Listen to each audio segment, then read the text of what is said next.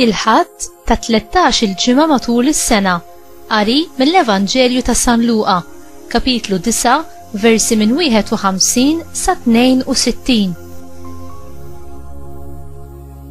F'dak iż-żmien, meta qorob għal Ġesu iż-żmien li fih kellu jittieħed mid-dinja, brieda sħiħa dar u tela lejn Ġerusalemm.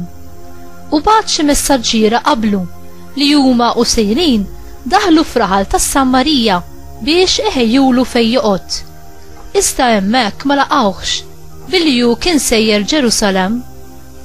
Meta raw dan, id-dixxipli Ġakbu u Ġwanni qalulu: Mulej, tridx ngħidu lin-nar jinżel mis-sema u jeqridhom.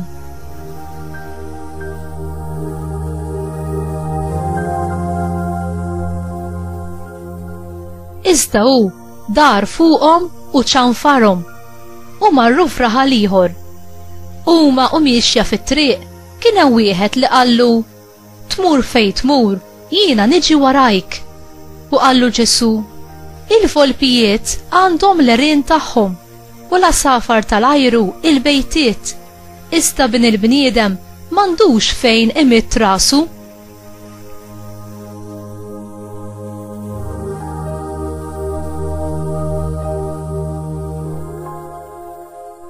Lil wieħed ieħor qallu: Imxi warajja.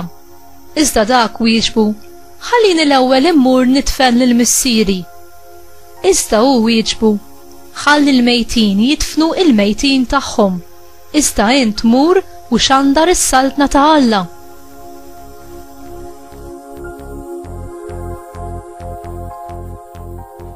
U ieħor ukoll qallu: Jien niġi mulej warajk, imma l-ewwel ħallini nsellem lil tad-dar.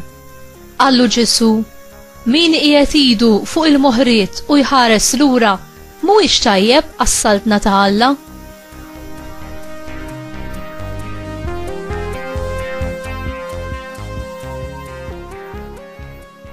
Il-kelma tal-mulej tifħil lilek Kristu.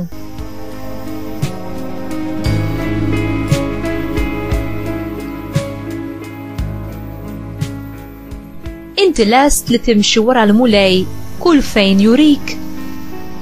Mas-sejħa il-mulej jagħti il-grazzja biex twieġeb u timxi warajh sal-aħħar. Għaliex Ġesu joffri sfida mas-sejħa? Ġesu kien dejjem onest fli jgħid lin-nies x'kien se jiswilhom li jimxu warajh. Meta resqu lejn Ġesu d-dixxipli li kienu mħajra jimxu warajh, Ġesu qalilhom li din tirrikjedi s-sagrifiċċju u d-distakk minn dak li seta' jtellef li wieħed inkun kollu kemm hu lejali għas-sejħa. Ġesu kien aħrax u imprudenti fil-mod kif ried li d-dixxipli jiddistakkaw irwieħhom mill-obbligazzjonijiet li ħassew li kellhom lejn l-eżiż tagħhom. Mhux tassew. Aħna liberi li niddeċiedu jekk naqbdux it-triq li Ġesu joffrilna.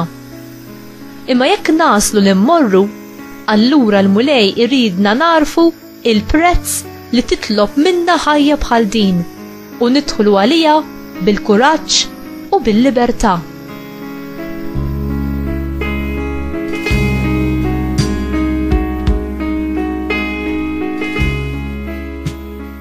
Kif tidħol l-istorja ta' min qiegħed idu fuq il-moħriet u jħares lura? Dak li jagħmel dan il-ġest ikun qed jikkawża li l-gandott li jkun qed jagħmel ma jibqax ġejn dritt fil-mogħdija kif inhu suppost. L-istess aħna meta nħarsu lura lejn dak li nkunu ħallejna warajna. Triqatna jiżvijaw u nitilfu dak li Alla ikun ippjana għalina.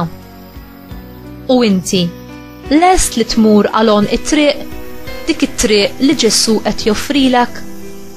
Il-grazzja tiegħu biżżejjed u imħabtu hi l-qawwa tiegħek. M'hemm xejn aktar nobbli milli wieħed ipoġġi ħajtu għas-servizz tal-mulej, is-sit tal-univers. Ġesu wiegħed li jagħti għal mid-darba iżjed lil min iħalli għall-imħabba tas-sejħa affarijiet eżies għalih u fl-aħħar il-ħajja eterna. X'qed iżommok milli timxi wara l-mulej u twetta r-rieda tiegħu għal ħajtek?